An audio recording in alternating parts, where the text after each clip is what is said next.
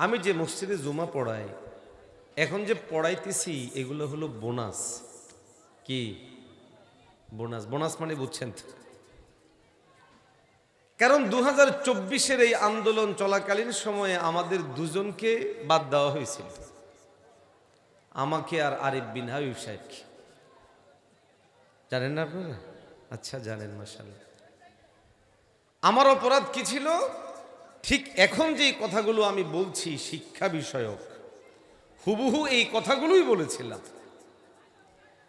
যে আমাদের মুসলমানের সন্তানরা পড়বে, অথচ তাদের জন্য গ্রহণযোগ্য গড়ে উঠবে সমপরিমাণ কোরআনে তালিমের ব্যবস্থা নাই। এটা দুর্ভাগ্য আমাদের জন্য।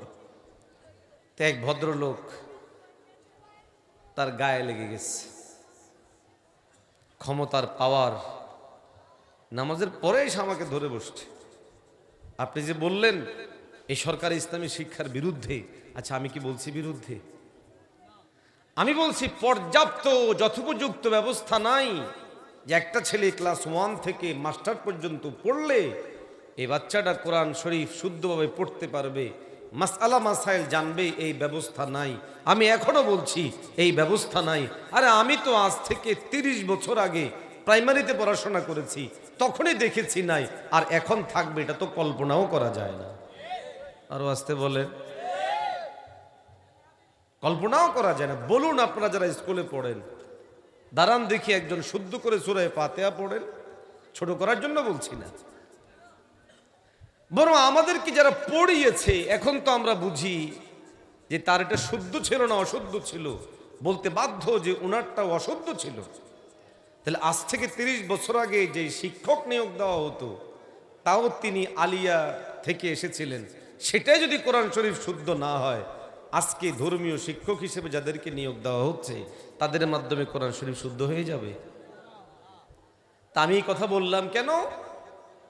ঢাকার মেয়র দক্ষিণের মেয়রকে দিয়ে ফোন দেওয়ায়া আমারও চাকরি শেষ, আরিফ বিন হাবিব সাহেব দোয়া করছিল, তো হেডটাও শেষ, আমারটাও শেষ।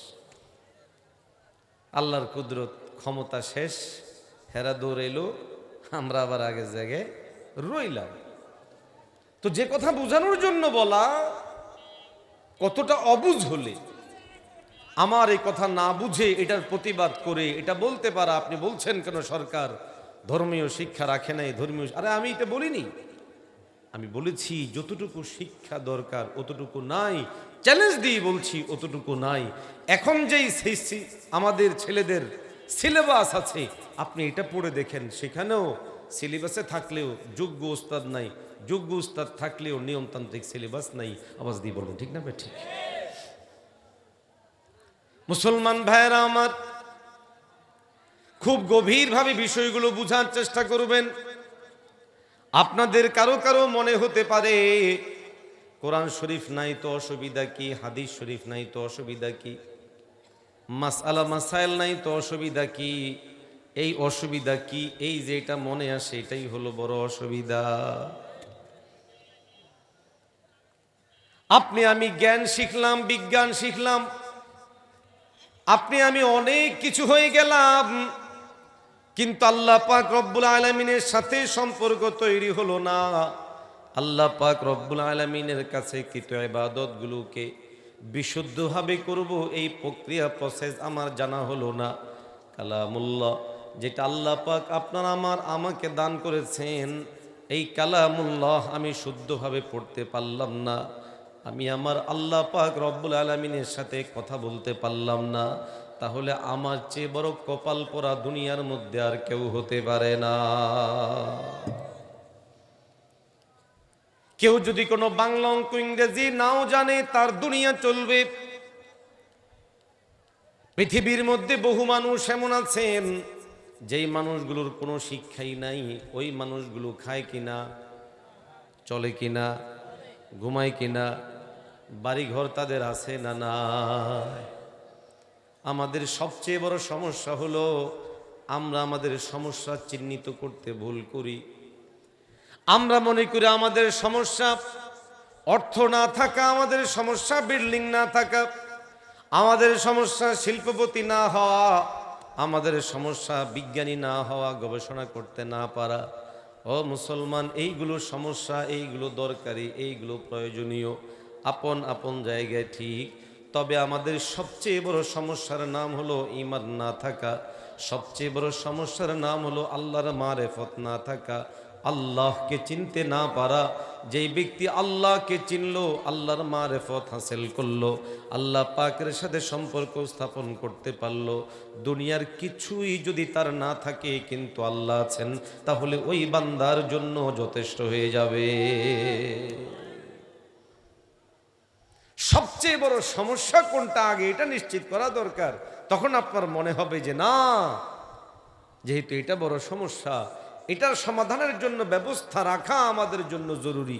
আর ওই ব্যবস্থা যেহেতু কোরআন শরীফের আলোকে, কোরআন শরীফ দিয়ে, অতএব আমি কোরআন শরীফটা শিখতে হবে, কোরআন শরীফ পড়তে হবে। আপনারা হয়তো বলবেন যে হুজুর কি বলে, ঈমান না থাকা এটা বলে সবচেয়ে বড় সমস্যা। হ্যাঁ, এটা অবশ্যই সবচেয়ে বড় সমস্যা। এই সমস্যা যদি বড় না হতো, আদম আলাইহিস সালাম থেকে শুরু করে আমাদের নবী পর্যন্ত সমস্ত নবীরা এই সমস্যার সমাধান করার জন্য দাওয়াতি কাজ করতেন না, দাওয়াত দিতেন না। আদম আলাইহিস সালাম থেকে শুরু করে আমাদের নবী পর্যন্ত সবাই প্রথমত এই সমস্যার সমাধান করেছেন, সেটা হলো যেন বান্দা ঈমান আনে, আল্লাহকে বিশ্বাস করে, আল্লাহর উপরে ইয়াকিন আনে। আওয়াজ দিয়ে বলেন ঠিক না ঠিক? ও মুসলমান, আপনি আমি যখন কালামুল্লাহ ছাড়লাম, কোরআনুল কারীমকে এমন ভাবে ত্যাগ করেছি, চতুর্দিক থেকে এমন একটা পরিবেশ তৈরি করা হয়েছে কালামুল্লাহ ছেড়ে দেওয়ার জন্য। আজকে আমাদের একটা বিশাল শিক্ষা ব্যবস্থা এমন গড়ে উঠেছে যেখানে আমাদের সন্তানদের মধ্যে 80% সন্তান পড়ে, অথচ আমাদের সন্তানরা কালামুল্লাহ থেকে এবং কোরআন শরীফের ন্যূনতম হক আদায় থেকেও তারা মাহরুম। ঠিক না? একটু কথা বলেন। বাংলাদেশে যদি শিক্ষার্থী 100 জন ধরা হয়, 100 জন শিক্ষার্থীকে 3টা শিক্ষাধারায় ভাগ করে নেয়। একটা হলো স্কুল, কলেজ, ইউনিভার্সিটি, একটা আলিয়া মাদ্রাসা, আর একটা কওমি মাদ্রাসা। আলিয়া মাদ্রাসা, কওমি মাদ্রাসা দুটোটা মিলে 20% ছাত্র হবে কিনা সন্দেহ, আর 80% বাচ্চা তারা পড়ে স্কুলে, কলেজে, ইউনিভার্সিটিতে। ঠিক না? কথা বলেন। এখন আলিয়া মাদ্রাসা ও কওমি মাদ্রাসায় মোটামুটি ভাবে কোরআন শরীফ পড়ার জন্য একটা ব্যবস্থা আছে। কওমি মাদ্রাসাগুলোতে একটু বেশি আছে, আলিয়া মাদ্রাসাগুলোতে তুলনামূলক কৌশল করে সরাই দিয়েছে। একসময় ছিল যখন আলিয়া মাদ্রাসা থেকেও এদেশে অনেক মুহাক্কিক, মুদাক্কিক, বড় বড় আলেমে দিন তৈরি হয়েছিল, কিন্তু উন্নত করার নামে, আধুনিকায়নের নামে আলিয়া মাদ্রাসাগুলোতে স্কুলের সিলেবাস পরিপূর্ণ ঢুকিয়ে দেওয়ার পর বাচ্চারা কি করবে? মানুষ তো একই। স্কুলের শিক্ষার্থী যে বইগুলো পড়ে, আলিয়া মাদ্রাসায় পড়ুয়া একটা বাচ্চা স্কুলের পুরো সিলেবাসও পড়তে হয়, আবার আলিয়া মাদ্রাসাটাও পড়তে হয়। এই বিশাল বড় সিলেবাসের চাপ সহ্য করতে না পেরে অনেক সময় দেখা যায় কোনো কোনো ছেলে হারিয়ে যায়, আবার কোনো কোনো ছেলেরা কোরআন হাদিসের ওরকম বুৎপত্তি অর্জন করতে পারে না। তো যাই হোক, তারপরও নামমাত্র হলেও কোরআন হাদিস যেগুলো রেখেছে, এখান থেকে কিছুটা হলেও দ্বীনি বুঝ বা কোনো কোনো প্রতিষ্ঠান থেকে ভালো পড়াশোনা করনেওয়ালা বের হচ্ছে। কিন্তু 80% ছেলের কি অবস্থা বলেন? শিক্ষার্থী ছেলে মেয়েদের কি অবস্থা যারা স্কুলে পড়ে, কলেজে পড়ে, ইউনিভার্সিটিতে পড়ে? ক্লাস 1 থেকে শুরু করে একটা বাচ্চা মাস্টার্স পর্যন্ত পড়বে, কোরআন শরীফের আদনা হক, ন্যূনতম হক বিশুদ্ধ পাঠ। কোরআন শরীফের অনেকগুলো হক আছে ধাপ বাই ধাপ। 1 নম্বর বিশুদ্ধ পাঠ, বিশুদ্ধ বুঝ, বিশুদ্ধ আমল। ন্যূনতম হক কোরআন শরীফকে শুদ্ধভাবে পড়া, এই ব্যবস্থা স্কুলগুলোতে আছে? জোরে বলেন না, আছে?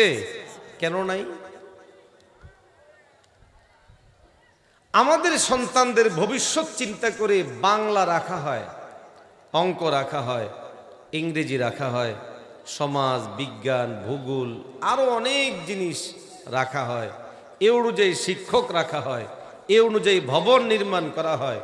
আধুনিক যুগ, কম্পিউটার শেখানোর জন্য আলাদা সাইট রাখা হয়, কম্পিউটার ল্যাব, এই জিনিস আধুনিক ডিজিটাল এরিয়া, এরকম করে করে অনেক জিনিস করা হয়। কিন্তু দুর্ভাগ্য, ৮০% মুসলমানের বাচ্চা যেই প্রতিষ্ঠানে পড়ে ওই প্রতিষ্ঠানে কোরআন শরীফ শিখার মতো কোনো ব্যবস্থা না। আছে কি গায়ের জোরে কথা বলতেছি?